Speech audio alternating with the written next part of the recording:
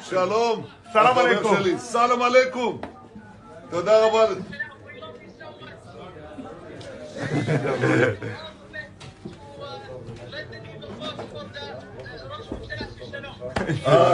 תשאל אותו אם הוא הצביע. תודה רבה. It's too bad you cannot vote because you will make a fantastic Likud. תודה רבה. But many in the Arab community vote for us too.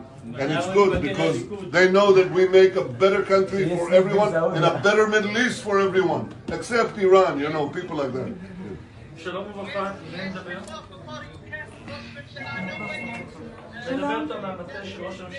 שלום, הקלמן.